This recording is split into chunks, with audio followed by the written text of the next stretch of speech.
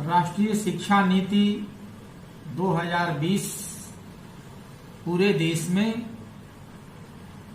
इस पर एक विमर्श चल रहा है और सेमिनार के माध्यम से, वेबिनार के माध्यम से, वर्चुअल प्लेटफॉर्म के माध्यम से, गूगल मीट के माध्यम से हर एक व्यक्ति, हर एक बौद्धिक वर्ग, अपने देश का व्यक्ति इस पर अपना मत जाहिर कर रहा है। स्वाभाविक है, मैं भी राष्ट्रीय शिक्षा नीति 2020 पर एक आलोचनात्मक दृष्टि डाल रहा हूं। इस पर दृष्टि डालने से पूर्व भारत का सबसे प्रचलित कोठारी शिक्षा आयोग ने 1964-66 में अपनी रिपोर्ट जो राष्ट्रीय विकास, शिक्षा एवं राष्ट्रीय विकास, education and national development title से आई थी। इसके अध्यक्ष प्रोफेसर दौलत सिंह कोठारी जी थे। उन्होंने कहा कि भारत के भाग्य का निर्माण हमारी कक्षाओं में हो रहा है। बहुत सुंदर सा कथन उनके द्वारा आया, जिसको उद्धृत भी किया जाता है और उसको आधार मान करके, कोठारी आयोग की संस्तुतियों को आधार मान करके भारतवर्ष के अंदर 1968 में शिक्षा नीति बनाई गई। 1967 में शिक्षा नीति के पश्चात 1986 में न्यू एजुकेशन पॉलिसी 1986, जिसका कि शीर्षक challenges of education A policy perspective रखा गया। और नई शिक्षा नीति अपने मूल लक्ष्यों में काफी सफल रही। भारत में कंप्यूटर शिक्षा को बढ़ावा देना, नवोदय विद्यालय, केंद्रीय विद्यालय, मॉडल विद्यालय आदि की स्थापना करना, शोध एवं नवाचार को पूरे देश में विकसित करना आदि के कारण इस शिक्षा नीति को हम जानते हैं। आज जो डिजिटल एजुकेशन की बात करते हैं, ई लर्निंग, ई एजुकेशन की बात हम कर रहे हैं, इन सारे के मूल में 1986 की नई शिक्षा नीति ही रही है। इसके आधार पर पूरे देश के अंदर नई शिक्षा नीति, या इसको हम राष्ट्रीय शिक्षा नीति 2020 नेशनल एजुकेशन पॉलिसी, चिंतन में यह है कि क्या इससे पहले जो शिक्षा नीति लाई गई थी 1968 में और 1986 में, क्या वो राष्ट्रीय नहीं थी? राष्ट्रीय शिक्षा नीति कहलाने के लिए वो राष्ट्र की परंपरा से संबंधित हो, राष्ट्र की प्रतिभा से संबंधित हो, राष्ट्र की सभ्यता और संस्कृति से संबंधित हो, इस पर विचार करना जरूरी होता है। इन संदर्भों में 1968 और 1986 की नीति को प्रायः यह आलोचित किया जाता रहा है कि केवल संसद मात्र से अनुमोदित एवं संस्तुति शिक्षा नीति को ही राष्ट्रीय शिक्षा नीति मान लेना अपने आप में पूर्ण नहीं है। इन चीज को लेकर के आलोचना भी की गई और बहुप्रतीक्षित नेशनल एजुकेशन पॉलिसी,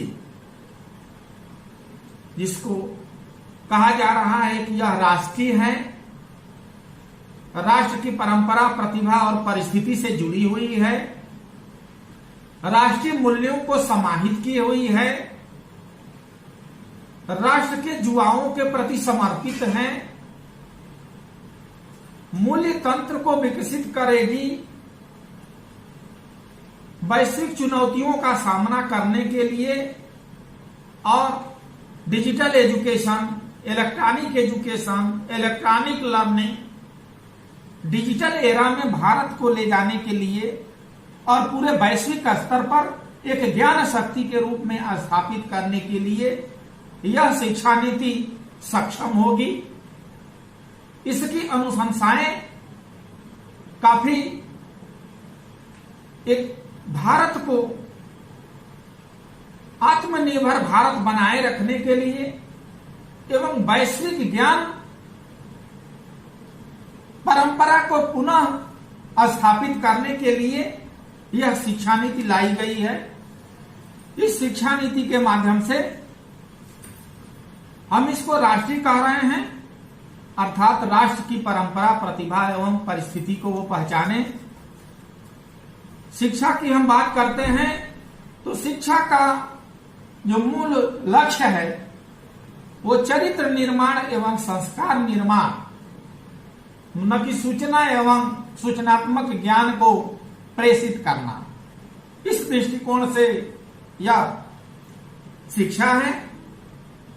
और नीति की बात हम करते हैं, नीति एक नीति में अगर सकारात्मक अगर नियत नहीं है तो नीति एक सैद्धांतिक केवल वो एक प्रोग्राम बन करके रह जाएगा। नीति का मतलब नैतिक, नियत, नैतिक और नियत।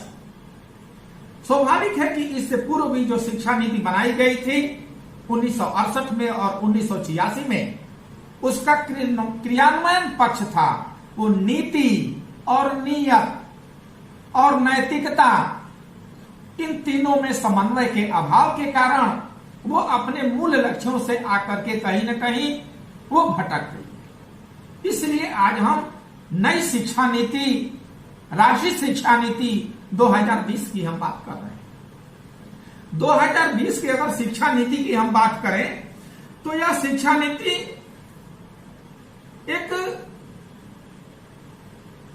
फाउंडेशन लिटरेसी एवं न्यूमरेसी की बात करती है। फाउंडेशनल लिटरेसी और न्यूमरेसी की बात करती है कि जो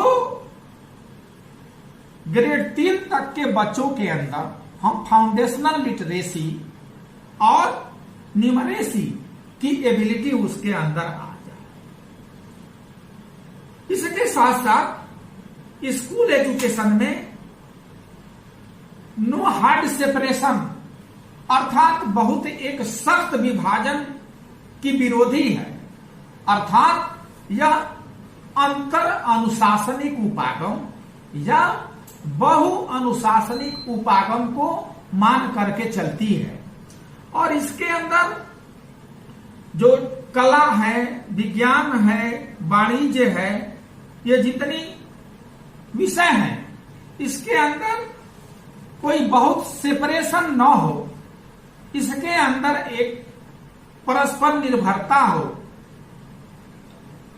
अंतर अनुशासनिक उपागम हो, बहुआयामी उपागम हो। नई शिक्षा नीति एक मल्टी डिसिप्लिनरिटी और होलिस्टिक एजुकेशन,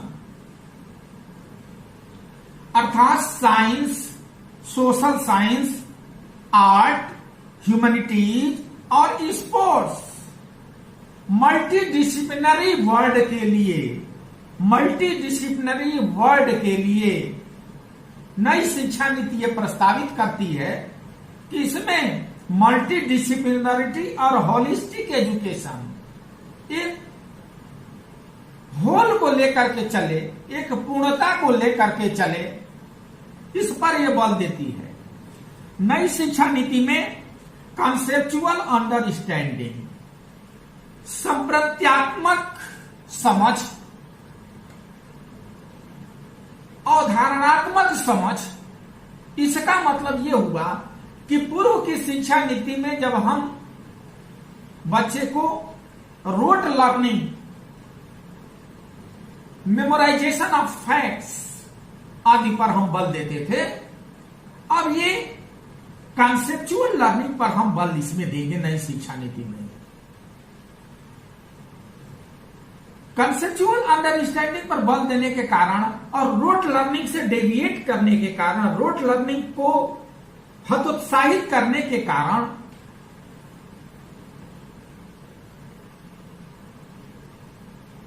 इसमें क्रिएटिविटी और क्रिटिकल थिंकिंग पर बल दिया गया है।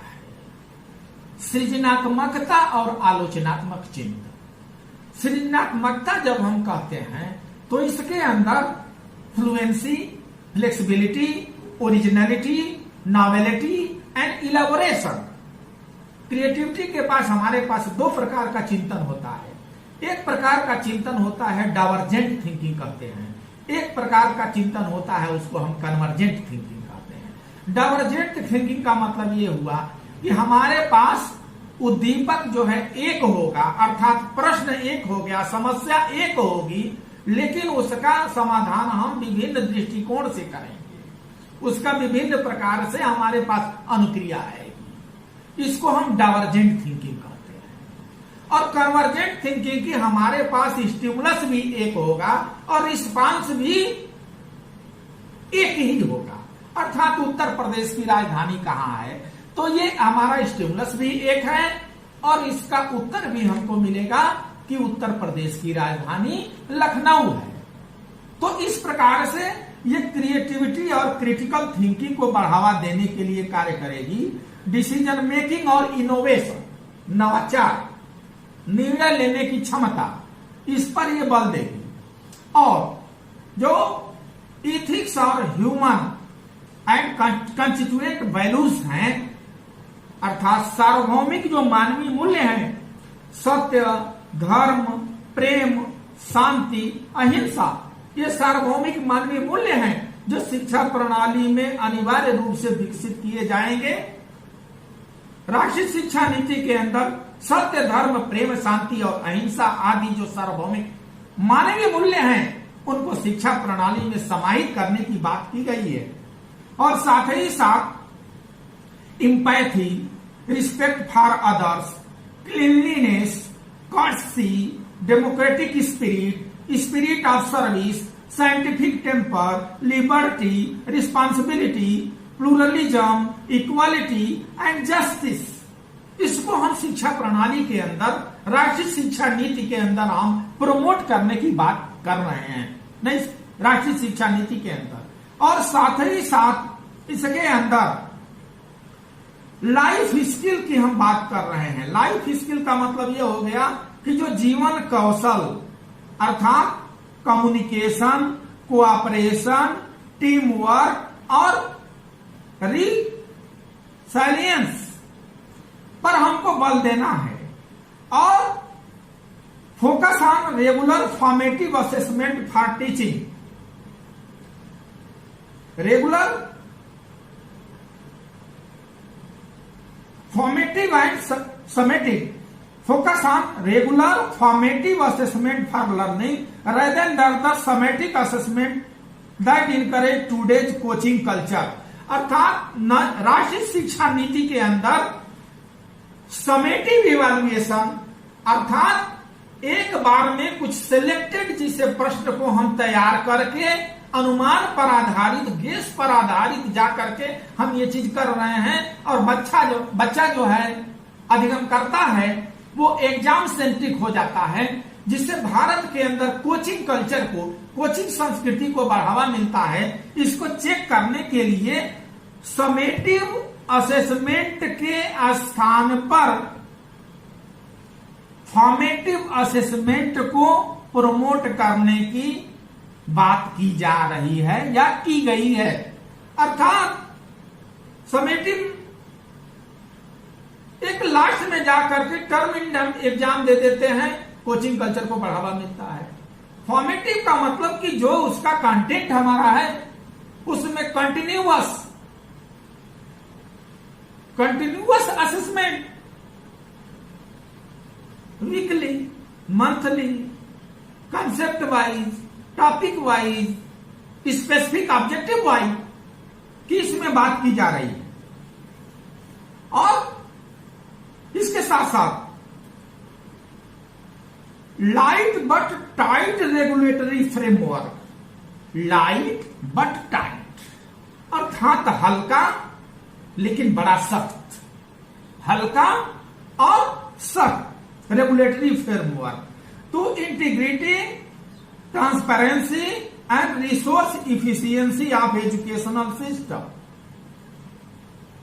जिसके अंदर आउटस्टैंडिंग रिसर्च की भी बात की जा रही है राष्ट्रीय शिक्षा नीति 2020 के अंतर्गत। और इसके अंदर शोध संस्कृति को बढ़ावा देने के लिए national research foundation,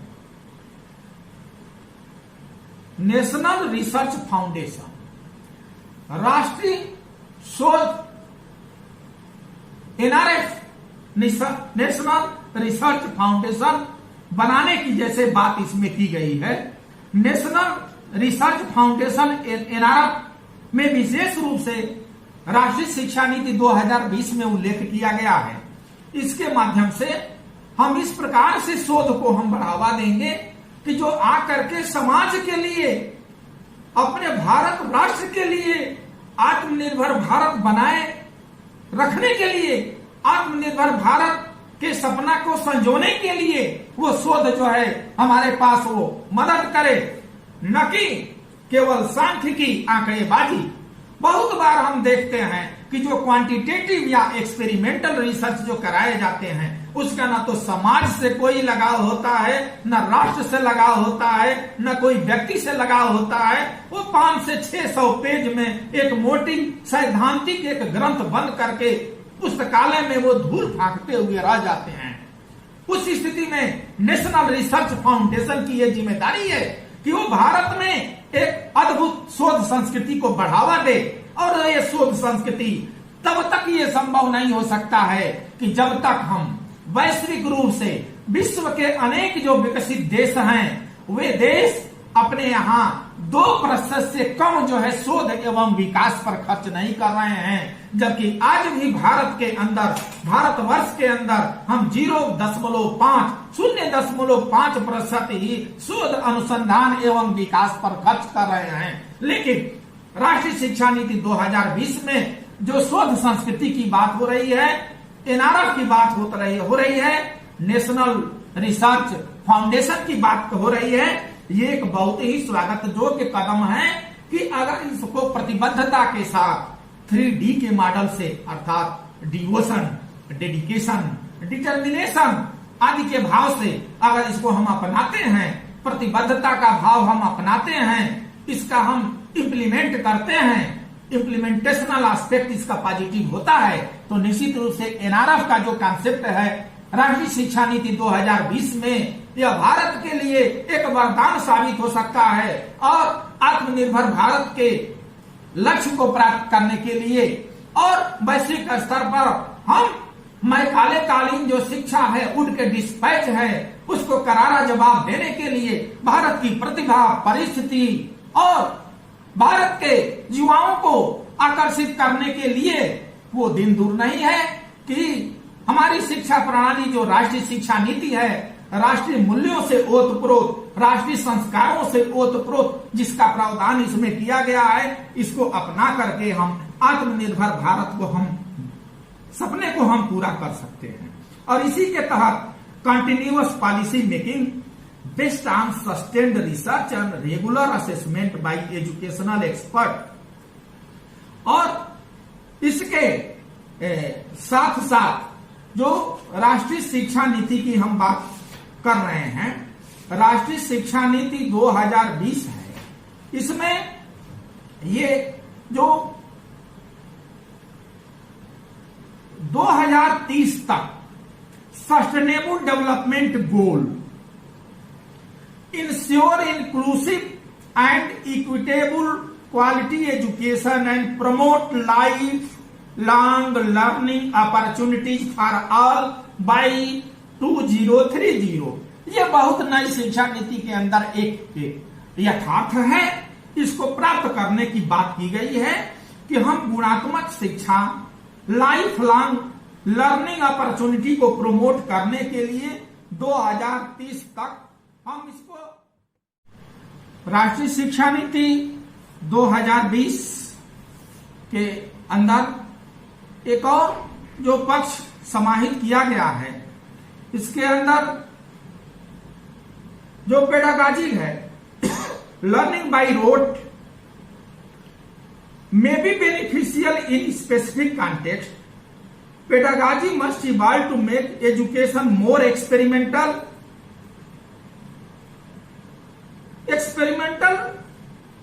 not experiential, holistic, integrated, inquiry-driven, discovery-oriented, learner-centered, discussion-based, flexible, and of course enjoyable.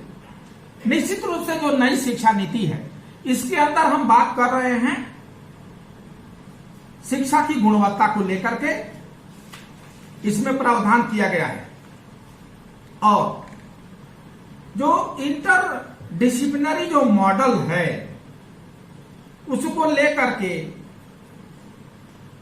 इसमें जो प्रावधान दिया गया है कि कला वर्ग, विज्ञान वर्ग, वाणिज्य वर्ग को एक दूसरे से हम इंटीग्रेट करके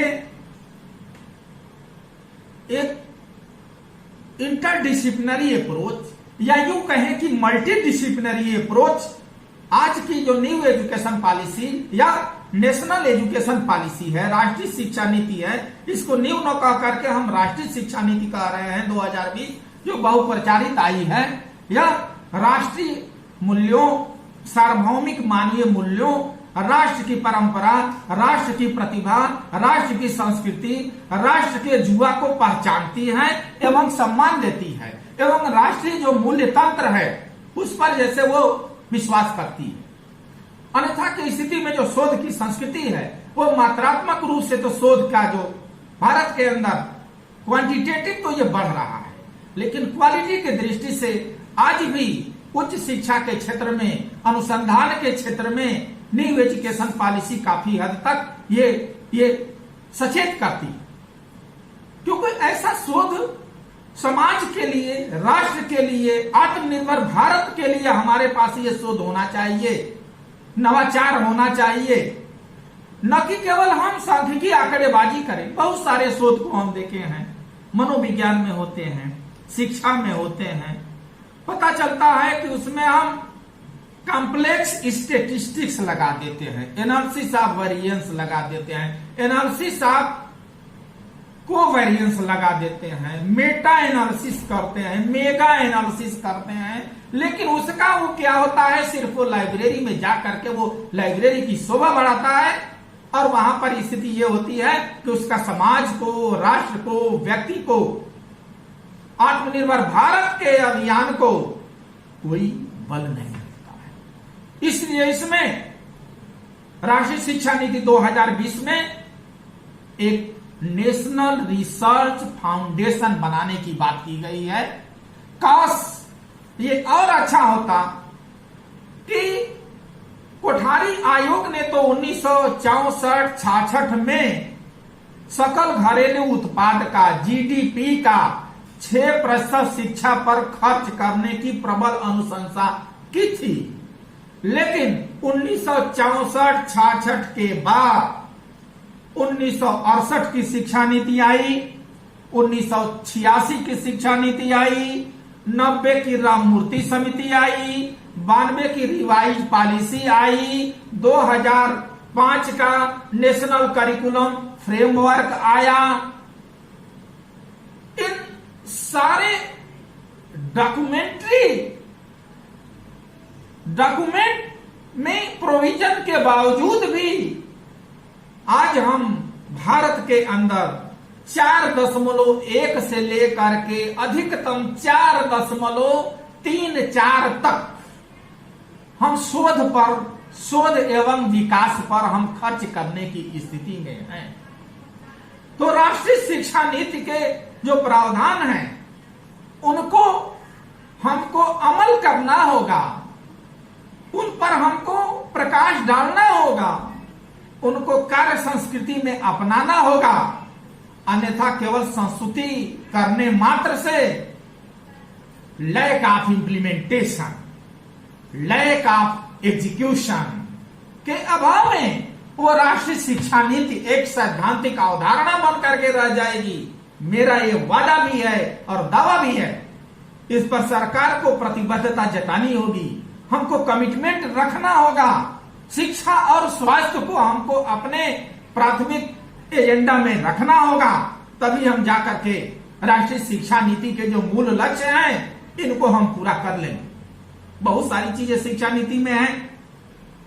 इसमें स्ट्रक्चर जो पहले से चला आ रहा था 10+2 का, इसको राष्ट्रीय शिक्षा नीति के अंदर स्कूल एजुकेशन का जो स्ट्रक्चर है, इसको जो 10+2 था, इसको आकर के 5+3+3+4 5+3+3+4 का स्ट्रक्चर खड़ा किया गया है। 5 अर्थात इसके अंदर एक फाउंडेशनल है ये, और 3 इयर्स ऑफ प्री प्राइमरी और क्लास 1 से 2 तक ये फाउंडेशनल है आपका, और क्लास 3 to 5 अर्थात कक्षा 3, कक्षा 4 और कक्षा 5, ये 3 है। इसको प्रिपेरेटरी स्टेज में बांटा गया है। फाउंडेशनल स्टेज 5+3 का मतलब कि प्रिपेरेटरी स्टेज अर्थात class 3 to 5, 3, 4, 5। Then middle structure है वो आपका क्लास 6, 7, 8 और सेकेंडरी अर्थात 9th, 10th, 11th और 12th। ये न्यू एकेडमिक जो स्ट्रक्चर दिया गया है, और इसमें ये राष्ट्रीय शिक्षा नीति का बहुत ही एक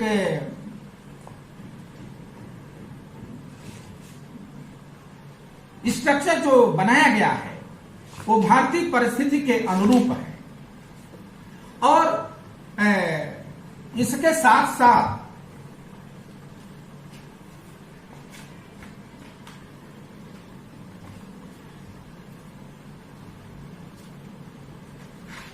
इसमें जो प्रावधान किया गया है 2030 तक सभी स्कूल शिक्षा के लिए 100% सकल नामांकन अनुपात की बात की है। मौजूदा स्कूलों में प्रवेश में वृद्धि, रेखांकित स्थानों में नई सुविधाएं, परिवहन और छात्रावास सुविधाओं द्वारा समर्थित स्कूल युक्तिकरण, उपस्थिति, ड्रॉप आउट, स्कूल के बाहर के बच्चों और सीखने के परिणामों पर नजर रखना, दीर्घकाल तक स्कूल न जाने वाले किशोरों के लिए कार्यक्रम और सीखने के लिए कई रास्ते, औपचारिक और गैर औपचारिक मोड, ओपन स्कूलिंग, प्रौद्योगिकी प्लेटफार्मों को मौजूद करना, शिक्षा का अधिकार को ग्रेड 12 तक बढ़ाया जाने की बात इसमें की गई है। और प्री स्कूल और ग्रेड 1 से छात्रों को 3 या अधिक भाषाओं के लिए एक्सपोजर, शिक्षा के माध्यम के रूप में घरेलू भाषा और मातृभाषा के रूप में राष्ट्रीय शिक्षा नीति में यह प्रावधान किया गया है। संस्कृत को वैकल्पिक भाषा के एक रूप में पेश किया जा सकता है। और इसके साथ साथ 2022 तक पैरा टीचर की प्रथा को समाप्त करने की भी बात न्यू एजुकेशन पॉलिसी कर रही है। तदर्थवाद से यह मुक्ति दिलाना चाह रही है और गुणवत्तापूर्ण शिक्षा की ये बात करती है। वहीं अगर हम हायर एजुकेशन में देखें तो हायर एजुकेशन में अनुसंधान विश्वविद्यालय, शिक्षण विश्वविद्यालय, स्वायत्त डिग्री देने वाले कॉलेज और शिक्षण पर विशेष ध्यान दिया गया है। और 2030 तक हर जिले में कम से कम एक उच्च गुणवत्ता वाले हायर एजुकेशन इंस्टीट्यूशन की स्थापना करने की इसमें बात की गई है। और 4 साल जो सबसे राष्ट्रीय शिक्षा नीति में जो स्नातक स्तर पर उच्च शिक्षा के क्षेत्र में जो प्रावधान किया गया, 4 साल का कार्यक्रम उदार कला शिक्षा के स्नातक मेजर और माइनस, 3 वर्षीय कार्यक्रम स्नातक की डिग्री, 2 साल के उन्नत डिप्लोमा या 1 साल के प्रमाण पत्र के साथ निकास आदि ये ऐसे कार्यक्रम हैं कि जिनका एक फ्लेक्सिबल एक सिस्टम है और फ्लेक्सिबल सिस्टम होने के कारण और 5 साल का एकीकृत कार्यक्रम जो है बनाया गया है। इसके साथ साथ अध्यापक शिक्षा में 4 इयर्स इंटीग्रेटेड टीचर एजुकेशन की बात की गई है। 4 इयर्स टीचर एजुकेशन जो इंटीग्रेटेड है, इसका मानक या मॉडल तो अपने यहाँ कॉलेज ऑफ एजुकेशन नाम से पहले चलता था। Ajmer, Bhopal, Bhubaneswar, Mysore BA BSc integrated teacher education चलता था। उसी को आज 2030 से 4 इयर्स इंटीग्रेटेड प्रशिक्षण की जैसे वो बात राष्ट्रीय शिक्षा नीति के अंदर ये की गई है। और वर्तमान जो 2 वर्षीय बीएड है, यह पाठ्यक्रम 2030 तक जारी रहेगा। 2030 के बाद केवल 4-4 वर्ष के शिक्षक शिक्षा कार्यक्रम चलाने वाले संस्थान 2 वर्षीय कार्यक्रम चला सकते हैं। अर्थात वही शिक्षण संस्थान, प्रशिक्षण संस्थान जो 4 इयर्स इंटीग्रेटेड चलाएंगे, वो संस्थान 2 इयर्स कार्यक्रम विशेष परिस्थिति में चला सकते हैं। और घटिया और निष्क्रिय शिक्षक प्रशिक्षण संस्थान जो टीचर ट्रेनिंग कॉलेज हैं, उनको बंद करने की सिफारिश राष्ट्रीय शिक्षा नीति इसको जैसे वो कह रही है कि हमको ये करना होगा। और ग्रास इनरोलमेंट जो रेशियो है, ग्रास इनरोलमेंट रेशियो को 25% 25 से 26% जो वर्तमान में है, इसको बढ़ा करके 50% करने की बात चल रही है। 2035 तक इसको जो ग्रास इनरोलमेंट रेशियो है, उच्च शिक्षा में सकल नामांकन दर को 2035 तक 50% करने की बात ये की जा रही है। इस प्रकार जो राष्ट्रीय शिक्षा नीति है, वो निश्चित रूप से एक व्यापक दृष्टिकोण को लेकर के वो चल रही है। लेकिन जब तक राष्ट्रीय शिक्षा नीति 2020 ये सही अर्थों में अगर इसको राष्ट्रीय बनाए रखना है, सही अर्थों में सूचनात्मक और सैद्धांतिक ज्ञान से हमको इनोवेशन के तरफ बढ़ना है, स्किल्ड एजुकेशन की तरफ बढ़ना है, तो इस शिक्षा नीति, राष्ट्रीय शिक्षा नीति 2020 यह पॉलिसी डॉक्यूमेंट है, इसको हमको इम्प्लीमेंटेशनल डॉक्यूमेंट बनाना होगा। और इम्प्लीमेंटेशनल डॉक्यूमेंट बनाने के लिए हमारे पास प्रतिबद्धता, कमिटमेंट की जरूरत पड़ेगी। और वो कमिटमेंट 3D से पैदा होगा। 3D का हम अर्थ कहते हैं डिवोशन, डेडिकेशन और डिटर्मिनेशन। डिवोशन, डेडिकेशन और डिटर्मिनेशन से ये पैदा होता है। दूसरा हम लक्ष्य ये कह सकते हैं कि बगैर राजनैतिक प्रतिबद्धता, पॉलिटिकल कमिटमेंट एवं पॉलिटिकल विल के अभाव में न्यू नेशनल एजुकेशन पॉलिसी को इंप्लीमेंट नहीं किया जा सकता है। और इसको लागू करने के लिए भारत जैसे विविध देश में पूर्ण रूपेण लागू करने के लिए, क्रियान्वयन करने के लिए नीति से महत्वपूर्ण नैतिकता और नियत है। नैतिकता और नियत है, पुनः मैं इस पर बल दे रहा हूं। और नियत के लिए, नैतिकता के लिए हमको एक आस्क अप्रोच पर हमको फोकस करना होगा। ASK अप्रोच हम कह रहे हैं। A for attitude change, then S for skill orientation और K फॉर नॉलेज क्रिएशन। अर्थात राष्ट्रीय शिक्षा नीति को सही अर्थों में राष्ट्रीय बनाए रखने के लिए, यदि सही अर्थों में राष्ट्र की परंपरा, राष्ट्र की प्रतिभा, राष्ट्र की संस्कृति को, राष्ट्र के युवा वर्ग को वो अपने अंदर समाहित करना चाहती है, तो हमको आस्क अप्रोच को फॉलो करना होगा, 3D के मॉडल को फॉलो करना होगा, devotion, dedication and determination. 3D के मॉडल को हमको अपनाना होगा। साथ ही साथ राष्ट्रीय शिक्षा नीति में यदि सही अर्थों में अगर हम नियत और नैतिकता को निकाल दिया जाए तो राष्ट्रीय शिक्षा नीति 2020 भी एक केवल सिर्फ प्रोग्राम बन करके रह जाएगा, एक कार्यक्रम बन करके रह जाएगा। इसको सही अर्थ में राष्ट्रीय शिक्षा नीति 2020 कहलाने के लिए 3D मॉडल को हमको फॉलो करना होगा। डिवोशन, डेडिकेशन एंड डिटर्मिनेशन, और डिवोशन, डेडिकेशन एंड डिटर्मिनेशन को फॉलो करने के लिए हमारे पास आस्क अप्रोच पर बल देना होगा। आस्क अप्रोच में A for attitude change, S for skill orientation और के फॉर नॉलेज क्रिएशन। अर्थात राष्ट्रीय शिक्षा नीति 2020 को लागू करने के लिए हमको पूरे राष्ट्र के अभिवृद्धि में परिवर्तन करना होगा। इसमें अभिवृद्धि में सकारात्मक बदलाव लाना होगा। एस फॉर स्किल ओरिएंटेशन, अर्थात जो कौशल है उनके तरफ उन्मुखीकरण करना होगा कि जो हमारा युवा है, जो शिक्षा ले रहा है, वो किसी भी स्तर पर शिक्षा ले रहा है तो कौशल विकास के प्रति उसका उन्मुखीकरण होना चाहिए। जब तक उन्मुखीकरण नहीं होगा तब तक वो आकर के और वो आस्क मॉडल में नहीं समाहित होगा। और के फॉर नॉलेज क्रिएशन जिसको हम कहते हैं, अर्थात ज्ञान सृजन, कि ज्ञान वो सूचना के लिए, सैद्धांतिक ज्ञान के लिए केवल न ले, बल्कि वो नॉलेज को अनिवार्य रूप से नॉलेज क्रिएशन, और नॉलेज क्रिएशन को जब तक हम आकर के किसी विशेष कौशल के रूप में हम नहीं बदलेंगे तब तक जाकर के ये कार्य जैसे, इसलिए आस्क मॉडल हमारा ASK मॉडल और 3D डिवोशन, डेडिकेशन और डिटर्मिनेशन ही राष्ट्रीय शिक्षा नीति 2020 के महत्वपूर्ण आयाम हैं। इसके साथ साथ इसके अंदर GDP का 6% जो आवंटन की बात की गई है कि शिक्षा पर 6% खर्च किया जाएगा, ये वर्तमान ढांचा को देखते हुए जब तक सरकार इसको 10 से 12% तक खर्च करने की प्रतिबद्धता स्वीकार नहीं करेगी तब तक अनिवार्य रूप से इसका पूर्ण रूपेण सफल जैसे इसको हम कर सकते हैं। और शोध सिर्फ सैद्धांतिक अभ्यास या अवधारणा नहीं होता, इसके लिए भारत में शोध संस्कृति विकसित करनी होगी एवं GDP का 1.5 से 2% न्यूनतम शोध एवं विकास पर खर्च करना होगा।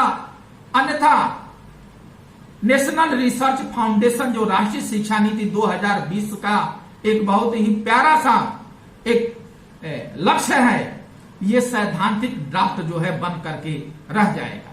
इस प्रकार जो राष्ट्रीय शिक्षा नीति है, इसके जो प्रावधान है, इनको निश्चित रूप से यदि हम एक दृढ़ इच्छा शक्ति के साथ लागू करते हैं और डिवोशन, डेडिकेशन और डिटर्मिनेशन और ask approach, attitude change, skill orientation और नॉलेज क्रिएशन, इन 3 पर यदि हम फोकस करते हैं तो निश्चित रूप से राष्ट्रीय शिक्षा नीति 2020 को हम अपने भारत में स्थापित कर सकते हैं और स्थापित करके शिक्षा के मूल लक्ष्यों को सही अर्थों में राष्ट्रीय मूल्य केंद्रित, राष्ट्रीय शिक्षा केंद्रित और आत्मनिर्भर भारत बनाने की दिशा में सही अर्थों में हम सफल सिद्ध हो सकते हैं।